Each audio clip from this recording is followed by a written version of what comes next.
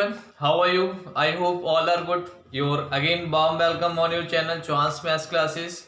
तो जैसे कि मैंने आज लिख रखा हुआ है एक्सरसाइज 3.2 का क्वेश्चन नंबर 5 करने वाले हैं। और ये क्वेश्चन सबसे पहले मैं बता दूं, ये दो तरीके से इसको किया जा सकता है, ठीक है। तो जैसे कि अगर ये क्वेश्चन आपका बोर्ड एग्जाम में आता है या किसी एग्जाम में आता है, तो आप क्या करोगे, आप वहां पर जरूरी नहीं कि इसको डबल वेरिएबल बनाकर और इसको सॉल्व करो, ठीक है। हम वहां पर इसको वन वेरिएबल बनाकर भी इसको सॉल्व कर सकते हैं, ठीक है। तो मैं आपको दोनों मेथड बताऊंगा इसको सॉल्व करने की, कि हम इक्वेशंस को टू वेरिएबल में कैसे बनाएंगे और ओनली वन वेरिएबल में कैसे बनाएंगे।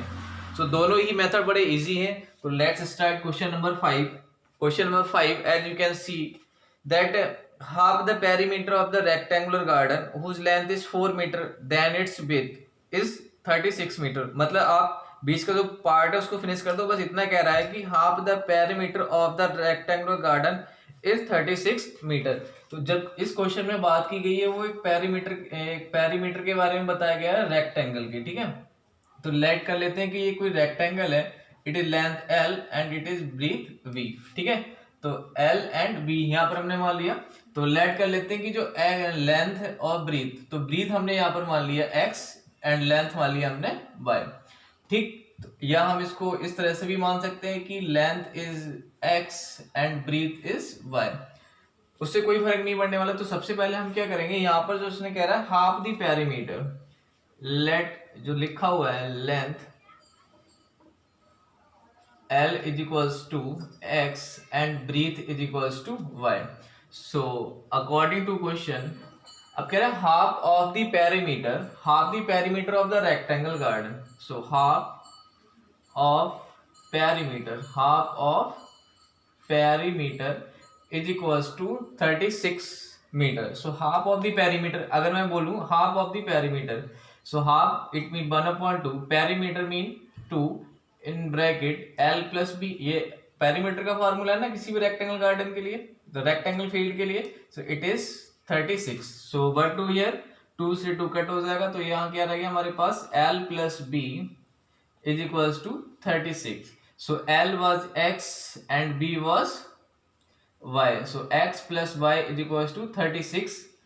ये आ गया हमारे पास फर्स्ट इक्वेशन। अब यहाँ पर सेकेंड इक्वेशन की बात करते हैं। वो कह रहा है कि whose length is 4 more than its breadth, मतलब जो लेंथ और ब्रीथ में जो डिफरेंस है वो 4 का है, या दूसरे वर्ड में बोलूं कि जो लेंथ है वो 4 मीटर या 4 सेंटीमीटर ज्यादा है, 4 यूनिट ज्यादा है ब्रीथ से। तो अगर मैं सेकंड कंडीशन की बात करूं, again according to question length minus breadth is equals to 4, length was X and breadth was Y, X minus Y is equals to 4, it is second equation. तो हमारे पास यहां पर आप देख रहे होगे कि हमारे पास ये क्या बन गया, ये बन गया पेयर ऑफ लीनियर इक्वेशन। ये क्या बन गया हमारे पास, पेयर ऑफ लीनियर इक्वेशन। और यहाँ पर X and Y two variable लिए हुए हैं, ठीक है। तो अगर हमारे पास जब pair of the linear equation बन जाता है तो हम उसको सॉल्व कर सकते हैं और X Y की वैल्यू इजी से फाइंड कर सकते हैं। तो आप चाहे इस क्वेश्चन को ग्राफ मेथड से भी कर सकते हैं, जैसे कि मैंने पुराने क्वेश्चंस में बता रखा है।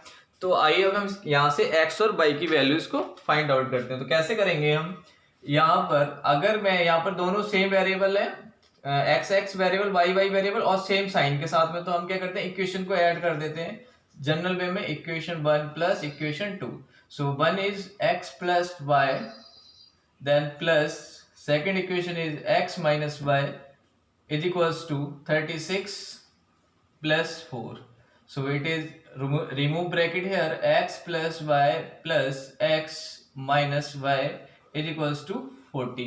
So here minus plus y cancel, x plus x is 2x is equals to 40, cancelled, 220 and x value is 20.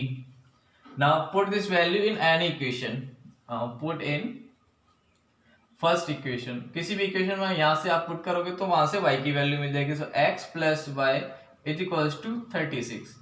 So x value is 20 plus y equals to 36. This will go that side and 36 minus 20. So y is equals to how much, 60। अब यहाँ पर जो दे रखा होता है हमें perimeter दे रखा हो, मीटर में दे रखा होता है, इसीलिए जो हमारे आंसर आ रहे हैं वो किस में आएंगे, मीटर में आएंगे। किस में आएंगे, मीटर में आने वाले, ठीक। So y was 16 metre and x was 20 metre. तो ये हमारे हो गए आंसर, ठीक।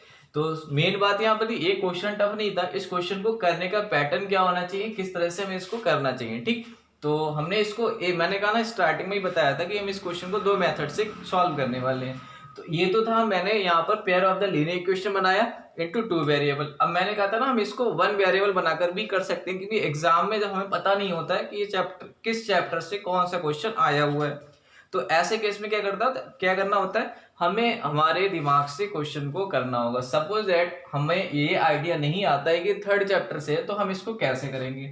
तो ये तो था सोल्यूशन फर्स्ट मेथड से। अब दूसरे मेथड की बात करते हैं। तो दूसरे मेथड वो भी आपको बहुत ही आसान लगने वाला है और इससे जल्दी भी हो जाएगा। तो जैसे कि हम बना लेते हैं कि कोई रेक्टेंगल गार्डन है अभी, तो उसमें उसने बता रखा हुआ है कि जो लेंथ है वो ज्यादा है ब्रीथ से। तो लेट कर लेते हैं कि लेट जो, और हमेशा ये चीज ध्यान रखो, जो लेट वो चीज किया जाता है जो वहां पर जिसकी वैल्यू कम दे रखी हो। तो ब्रीथ इज एक्स और जो लेंथ है वो इससे 4 मीटर ज्यादा है, it mean that will be X plus 4, that will be X plus 4। So breadth is x metre and length is x plus 4 metre. So according to condition अगर मैं बात करूं तो उसने क्या रखा है, हाफ ऑफ पेरीमीटर, जैसे उसमें बोला था half of perimeter is equals to 36। भाई हाफ ऑफ पेरीमीटर का मतलब भाई हाफ इन ब्रैकेट, भाई पेरीमीटर का फार्मूला क्या होता है, 2 in bracket l plus b bracket close equals to 36। So half this can be cancelled, bracket यहां से रिमूव कर लेना। So l plus B is equals to 36। अभी l की वैल्यू कितनी है हमारे पास, l की वैल्यू है x प्लस 4 एंड b की वैल्यू है हमारे पास पे x is equals to 36। So here you can check, remove bracket x plus 4 plus x is equals to 36।